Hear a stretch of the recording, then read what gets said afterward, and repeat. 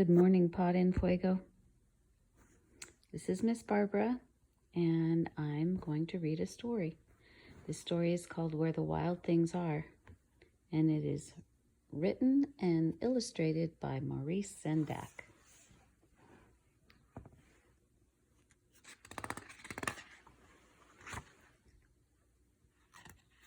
Where the Wild Things Are.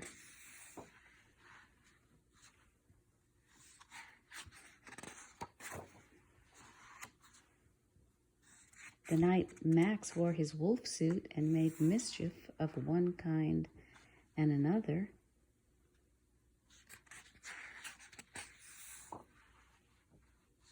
his mother called him Wild Thing, and Max said, "I'll eat you up." So he was sent to bed without eating anything. That very night, in Max's room, a forest grew. And grew.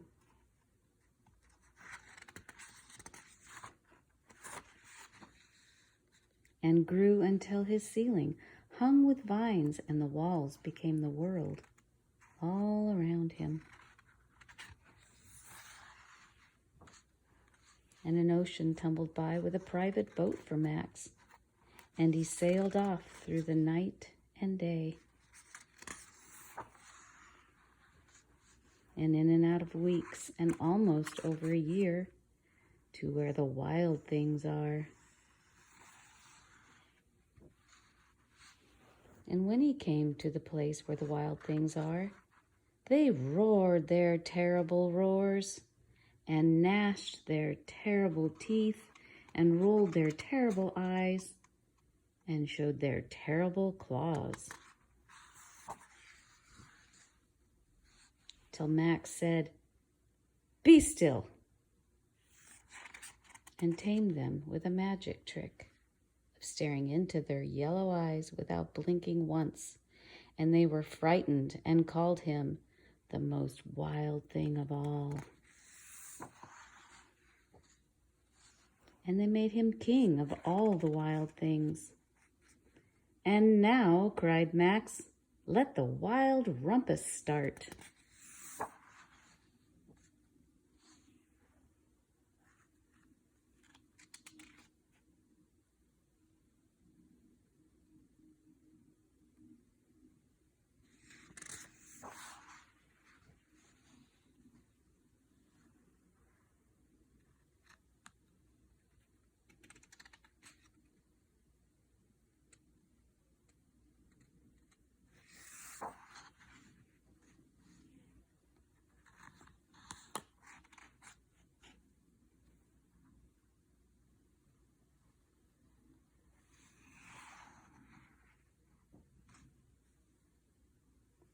"Now stop," Max said, and sent the wild things off to bed without their supper. And Max, the king of all wild things, was lonely and wanted to be where someone loved him best of all. Then all around, from far away across the world, he smelled good things to eat.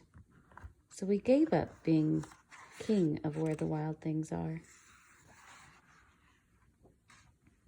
But the wild things cried, "Oh, please don't go. We'll eat you up. We love you so."